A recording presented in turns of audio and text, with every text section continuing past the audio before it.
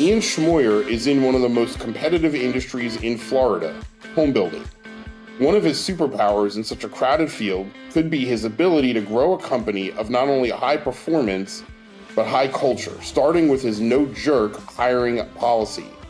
Telling stories of how companies build and maintain strong cultures is a Business Observer superpower. To read those stories and more, subscribe to the Business Observer. Go to businessobserverfl.com for more. Hello and welcome to the Business Observer's From the Corner Office podcast. I'm Mark Gordon, managing editor of the Business Observer. Today's guest is Ian Schmoyer, president and CEO of Christopher Allen Homes in Fort Myers. Ian, welcome and thanks for being here. I appreciate you having me. Excellent. We're going to get into your career. We're going to get into Christopher Allen Homes and your leadership ideas and techniques. Before we do that, let's get our audience to know you a little bit better with some rapid fire questions. Okay, first one. What are the two most used apps on your phone? Definitely text. I do have a wife, and probably LinkedIn. Text and LinkedIn, because my phone, yes, text would be a lot, and my wife is listed under wife. What's your wife listed as? Wifey. Yes, wifey. Good, I like it. All right, we got that in common. You have to go to a deserted island, and you're only allowed to take one food or one drink. What do you take with you? Got to be a peanut butter and jelly with banana sandwich. I think really? I grew up on those. So it has good memory. You get some protein in that too, so... Some protein, some flavor. I highly recommend them. All right, excellent. And last of the three rapid fire questions, if you're introduced at the Home Builder All-Star game and you get a walk-up song as you walk up to home plate, what would your walk-up song be? So probably, when I was younger, I surfed a lot, so I used to listen to some punk music. So Offspring, Something to Believe in. Oh, good one. I like it. All right, get the juice going. Absolutely. Excellent. Ian, tell us about your career. You've been in home building for quite a while. Tell us how you got into this business, and then we'll lead into what Christopher Allen Homes' niche is in the marketplace. But tell us how you got started. Yeah, so my path was probably a little bit different. I would say, I was probably a late bloomer in my career. My father was a big real estate developer. I don't think I really matured till later in my life. I lived a pretty good life when I was young. I traveled a lot. I surfed a lot, and didn't really have a good career. I was probably not in the business mind at that point in my life.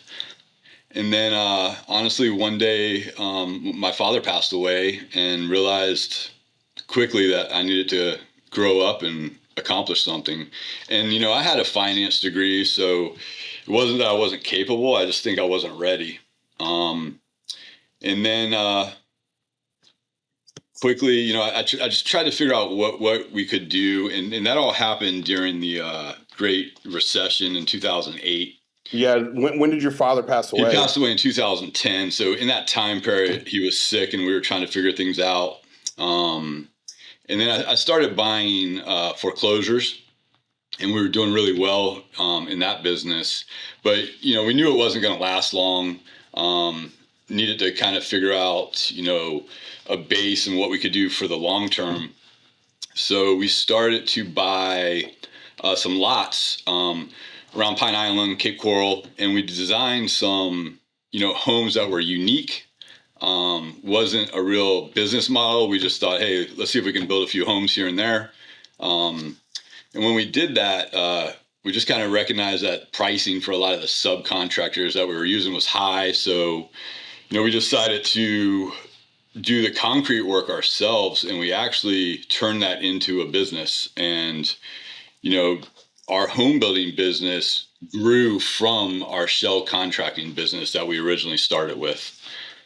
So we were working for a bunch of the local guys that I knew and some nationals over the years. And then in 2017, we started to decided to get back into the home building business and compete with, some of the people that we were working for.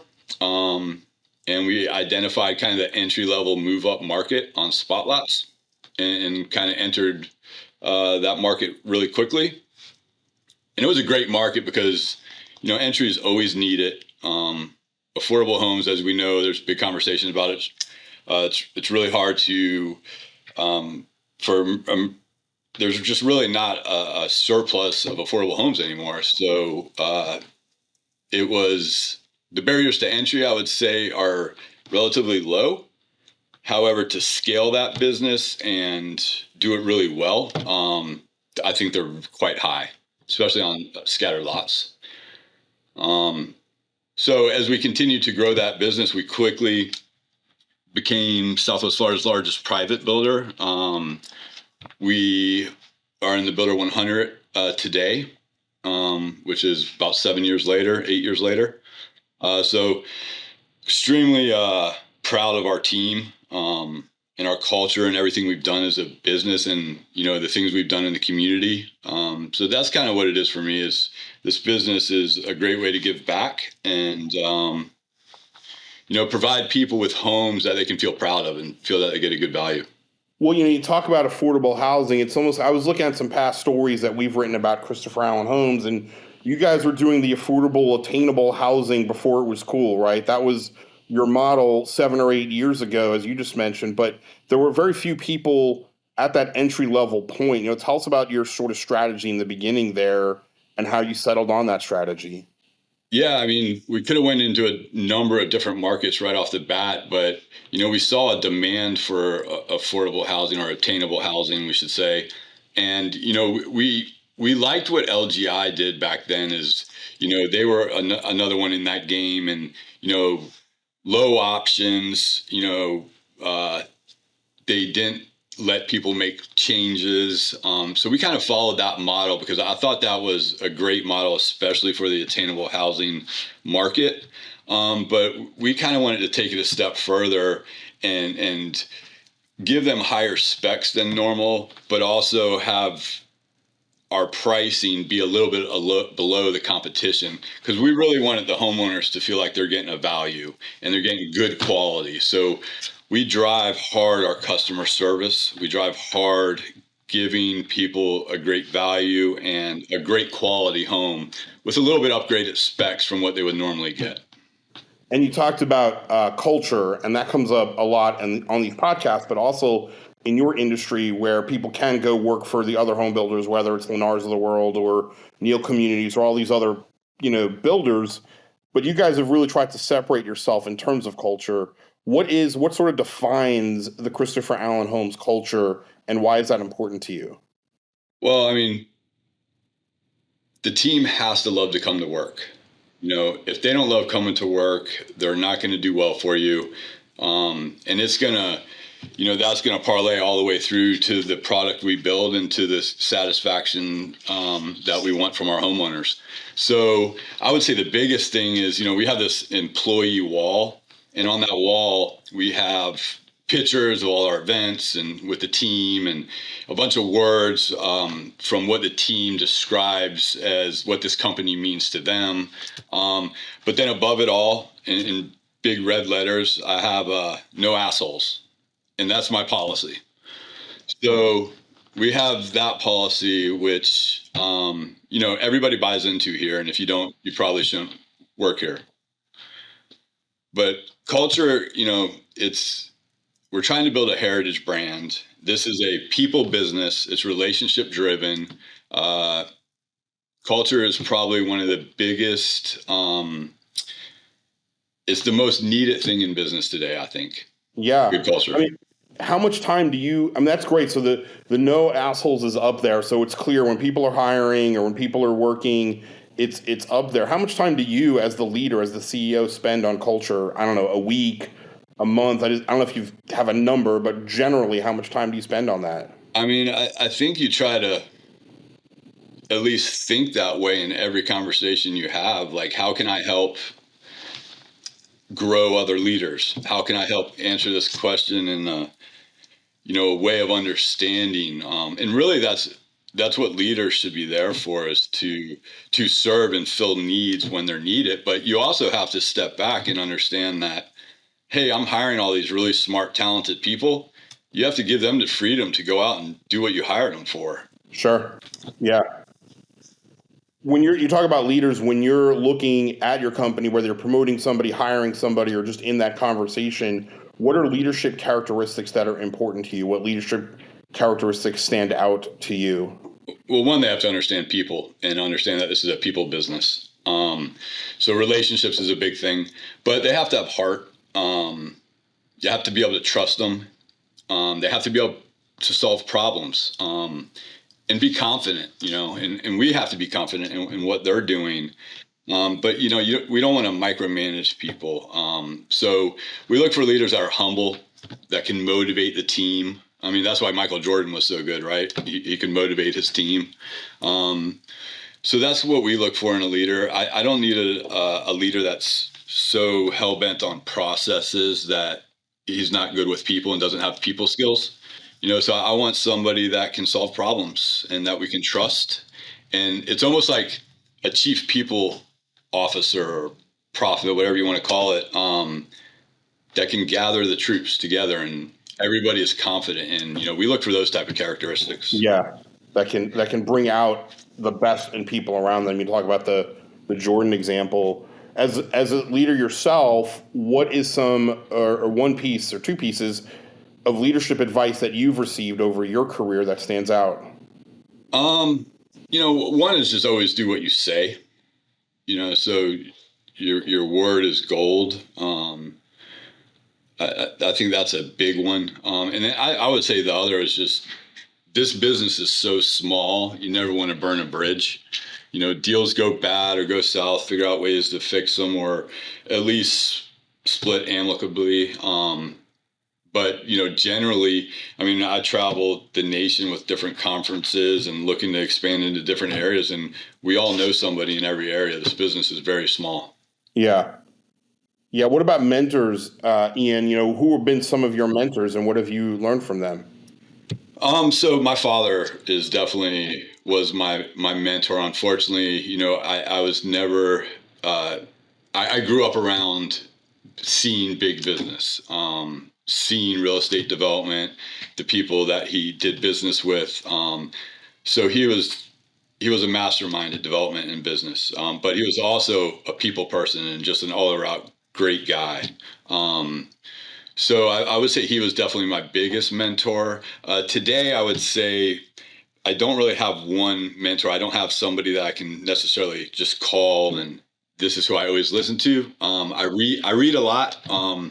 I love some of the things that like Rockefeller puts out, his 38 letters to his son. I think there's some great advice there. Like anything stand out to you that you have top of mind? 38 letters to a son. Anything stand out? Yeah, I mean, he preaches a lot just about being confident and believing in yourself. So I think that's one thing, believing, that you can do it. Because there's tons of failures that happen in this business. We failed at a lot of things many times, but you just got to keep pushing. So that was a big one. And just taking, we take a lot of risks, calculated risk. We are a conservative company, but you got to, try to capitalize on certain opportunities. Sure, home building. The land becomes available. You have to figure out if it meets what your needs are. Yeah, you mentioned books, leadership books. What other books stand out that you've either currently reading or have read that you would recommend to other leaders? Yeah, so I read Warren Buffett's letters to the shareholders all the time. I've read that a few times. Brad Jacobs, he has a great book called How to Make a Few $1 billion. And I mean, this guy is just a genius. He's got a really great book that I would recommend. He's more on the equity side, but just his thinking, it's very simple. You always look at these super successful people and think that they're so much smarter than you or they did something different. And the reality is that they're not. They kept it simple and used a lot of common sense. Yeah, right. You think about Jeff Bezos with that picture in his garage, right? Yeah. Like, one of several examples. You talk about, setbacks or things not going your way. Is there something that happened at Christopher Allen Homes that you guys, you wanted a mulligan on, a do-over that you learned a lot from, a mistake that you guys learned a lot from? Yeah, I mean, a lot of it is in just hiring the right people. It's a lot of people look good on paper. They do well at certain organizations. They may not fit in your organization, and every organization is at a different reflection point or growth point. We're still very entrepreneurial. We're still in growth mode, so it's a lot different than a company that's been around for 80 years. So I think that was one big thing. The other is, I made a bad deal in the top of the market with a community we were in, and luckily we got out of it. But I've always been very competitive, so I will attack the big national companies. I don't know if that's always the smartest play, but I like competition. And I learned quickly that when the economy starts to go bad, if you're in a community with them, they can eat your lunch. But, we moved through it, we moved past it, and we move on. And I learned a lot from it. And that's really what business is. Yeah. Yeah. As we're getting to the end, Ian, I normally ask, and I will ask you about what's coming up and what you're excited about with Christopher Allen Homes for the rest of 2025. But, going back to something you said in the beginning, affordable housing, put you on the spot politically a little bit here. If you had a magic wand, affordable housing comes up all the time. And I think about it and I'm like, well, it's a supply issue, right? Not that you just need more, but it's a supply issue. You need more. I mean, your magic wand, you could solve affordable housing in Southwest Florida. What are the things that you would do? Well, it's supply in the right areas, right? So it's got to be in the right area. I would, change some of these zoning restrictions on density, especially in infill projects. If they want to protect land out east, but yet you still want more homes, you have to open up density. So that's a big thing. And building departments, permitting, environmental studies, they need to get out of the way a little bit. There's a cost to developing a parcel that takes a year to get zoned and 8 months to get a development order. So there's a cost to all these things. I would say that's one of the biggest things. Is less just get the government out of the way. Yes, to get to the home end quicker. All right, as I mentioned, so Ian, we are getting more than halfway through 2025. What is new and exciting, and what are you looking forward to on the horizon for Christopher Allen Homes? Yeah, so we've built a really tremendous team. I'm excited about further expansion. So we're looking at some opportunities in Texas currently. We're looking at some opportunities in Colorado, and we're still looking to expand throughout Florida. So we have our office in Palm Bay over in Melbourne, and that's going extremely well. We have great leadership over there. Just opened up in northern Tampa and Citrus Springs, and we're looking to move forth into potentially Jacksonville and some other areas up north. We have a great project coming up in the next year in Naples called Bright Shore with Barron Collier Companies. So I'm excited about that. And, just excited when interest rates change. So that's the big thing I'm waiting for. And then, we have a lot of, community stuff coming up that we get involved with. And that's, I think, one thing I love about my team is that's one thing they love to do is help. And we continually try to help the community as much as possible. Excellent. All sounds good. Ian Schmoyer, President and CEO of Christopher Allen Homes. Thank you for joining us on the From the Corner Office podcast. Absolutely. Thank you for having me. Thank you for listening to the Business Observer From the Corner Office podcast. I'm your host, Mark Gordon. This podcast was produced by Reed Corley of the Corley Company in Sarasota. To hear more episodes of From the Corner Office podcast, go to businessobserverfl.com.